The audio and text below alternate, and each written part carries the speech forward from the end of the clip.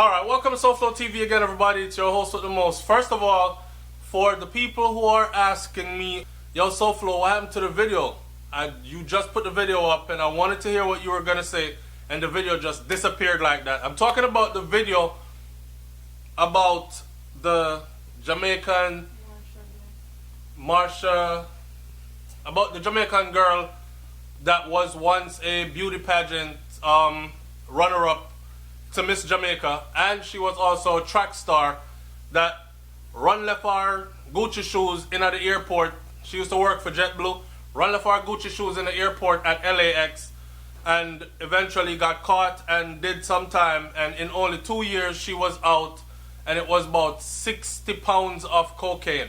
Okay, I did a video for the channel on that. YouTube took the video down. YouTube has the video in hostage, and I'm waiting to see if YouTube lets the video go. They privatized the video for some reasons that we might discuss at some other time or something like that, right? So, in light of that, wait until you see that video, because it's still very interesting. The video was almost 1,000 views in no time, and they just took the video down. Anyways, this video right here though, right, is make this be a lesson. Make this be a lesson, because I'm going to go back and revisit another story. So this one says, I was set up. This is a female drug convict wants to clear her name.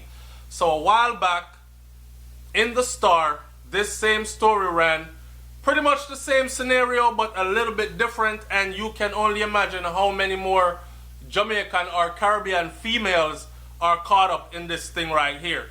So a sent-on woman who spent 15 months at the North Carolina State Prison on cocaine-related charges and was later deported to Jamaica in December of 2016 is maintaining that she was set up and she is determined to clear her name. Her name is Phoenicia Paisley, 29, of Exchange in Ocho Rios, St. Anne.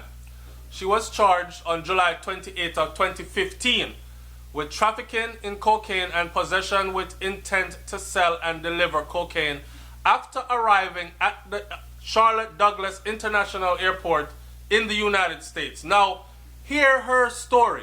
Hear this. Our instructions of her attorney, she pleaded guilty. On instructions of her attorney, she pleaded guilty to attempted trafficking of cocaine by possession and was sentenced to 15 to 27 months in prison. She served the minimum time, but Paisley is maintaining that she is not a drug courier and that she was set up to transport the cocaine by a businessman in Jamaica that has political ties. Now, this man, she is saying, first of all, she was deported. She did her time in prison here in the US and got deported back to Jamaica. She is alleging that the man who set her up, whose name she did mention, was charged in relation to a $85 million fraud ring in January of 2013, which she didn't know about when she was introduced to him by a friend in 2014. She said that she was told that he had connections to an overseas work program, and all she wanted to do was go overseas on the work program, go work. In the long run, no job ever came out. But the man had introduced her to another friend of his in North Carolina. Several months of communication by telephone and internet, she became friends with the US-based man who sent her a ticket to visit the US in 2015.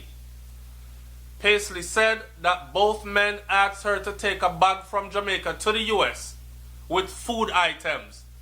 Red flag, including Horlicks. It turned out that the Horlicks container had cocaine. Her time in prison represented the lowest point in her life, she said. But now, she is back home in Jamaica and she feels very angry. I feel frustrated and very angry because my case is unresolved, in the sense that I am innocent. And it's like I can't even prove my innocence, she said. Paisley said that she is willing to testify in a court of law about what happened, but has not been able to contact the man since she returned to Jamaica. Dunce, why would they want to contact you? Moving right along. Even this politician friend and even his politician friends, whom she had met before being locked up, have refused to speak to her regarding his whereabouts. If I go to court, I will give the same information. I am willing to do that. I am not going to let it rest just like that. I refuse to be another Jamaican who has been used and abused and taken advantage of, said the adamant Paisley. People are saying I should be afraid for my life, but I am not afraid. I need justice to be served. I need the authorities to get this man and make him confess. Admit that he was wrong and let the entire world know that I am innocent. Poor thing. He has messed up my reputation both locally and internationally. It's taking a toll on my life. I have to live in it every day of my life. I went to prison. She continued, they can't think I'm just going to go to prison and get deported and come here and live a normal life. There's nothing normal about my life anymore. I need to know where to go and how to go about it. When the newspaper contacted a senior police officer in St. Anne, he recommended that Paisley speak with a lawyer. Meanwhile, Paisley wants other women who have been used in this manner to come forward and not be afraid to speak out. She intended to start a Facebook page to seek support in this regard. Now, what I want my audience to do is, you listen to the story, right?